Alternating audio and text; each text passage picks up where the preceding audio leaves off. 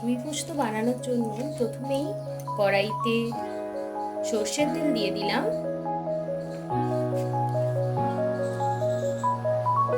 তেল গরম হয়ে গেছে, এবারে আমি রুই মাছগুলো একটা একটা করে দিয়ে দিলাম।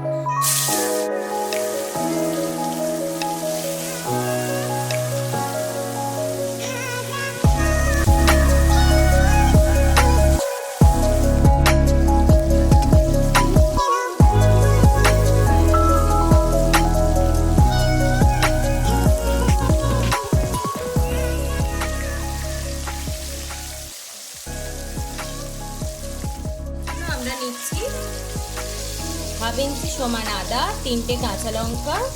আমি যেহেতু গুঁড়ো লঙ্কা খেতে পছন্দ করি না, তাই সমস্ত রান্না কাঁচা লঙ্কাতেই করি। আপনারা যারা গুঁড়ো লঙ্কা খেতে পছন্দ করেন তারা গুঁড়ো লঙ্কা দেবেন। তো ওই 6-7 কোয়া কোষ রসুন আর একটি টমেটো।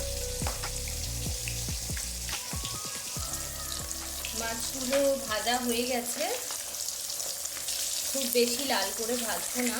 এবার আমি মাছগুলো তুলে নিলাম। তেলটা কমিয়ে রেখে তারপর আমি মশলা দেব। 2 টেবিল চামচ মতো তেল রেখে এতে আমি দিয়ে দেবো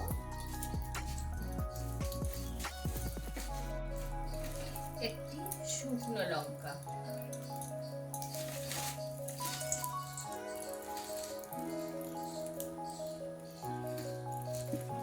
আর সামান্য কালো জিরে।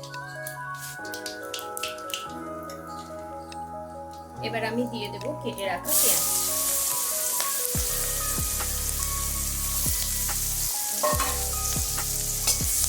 পেঁয়াজগুলো একটু ব্রাউন করে ভেজে নেব।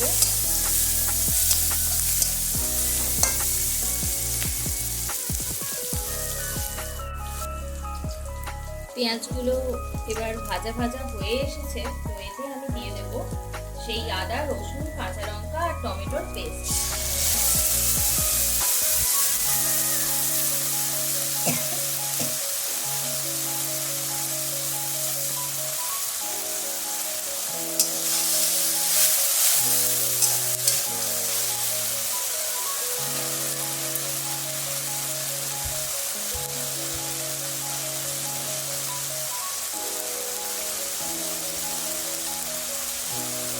এর মধ্যে দিয়ে দিলাম পরিমাণ মতো নুন আর হলুদ গুঁড়ো।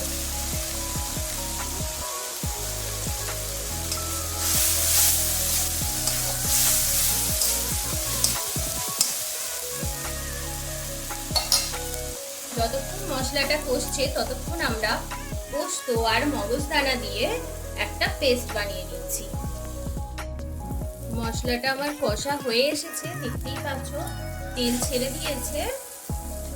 তো এর মধ্যে দিয়ে দেব পোস্ত আর মগজদানার পেস্ট।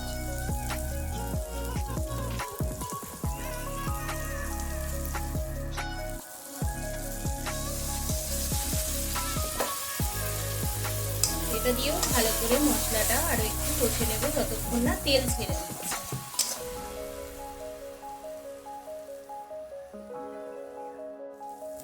বন্ধুরা দেখতেই পাচ্ছ যে মশলা আমার কষা হয়েই গেছে, রান্নায় তেল ছাড়তে শুরু করে দিয়েছে। তো এবারে আমি এর মধ্যে অ্যাড করে দেব কিছুটা পরিমাণ জল।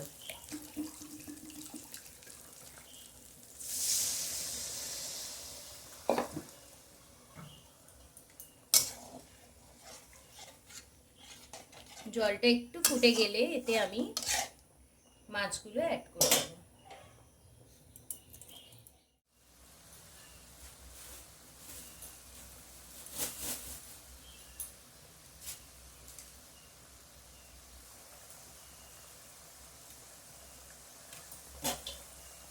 গ্রেভিটা ফুটে এসেছে, এবার আমি এতে একটু একটু করে মাছগুলো অ্যাড করে দেব।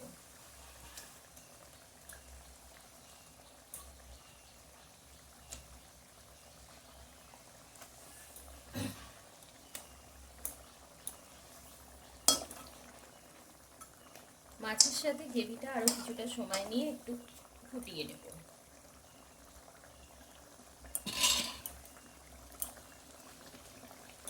বন্ধুরা, আমাদের রুই পোস্ত কিন্তু একদম রেডি। এই অবস্থায় আমরা রেসিপিটি নামিয়ে নেব এবং ভাতের সাথে পরিবেশন করতে এটা দুর্দান্ত লাগবে।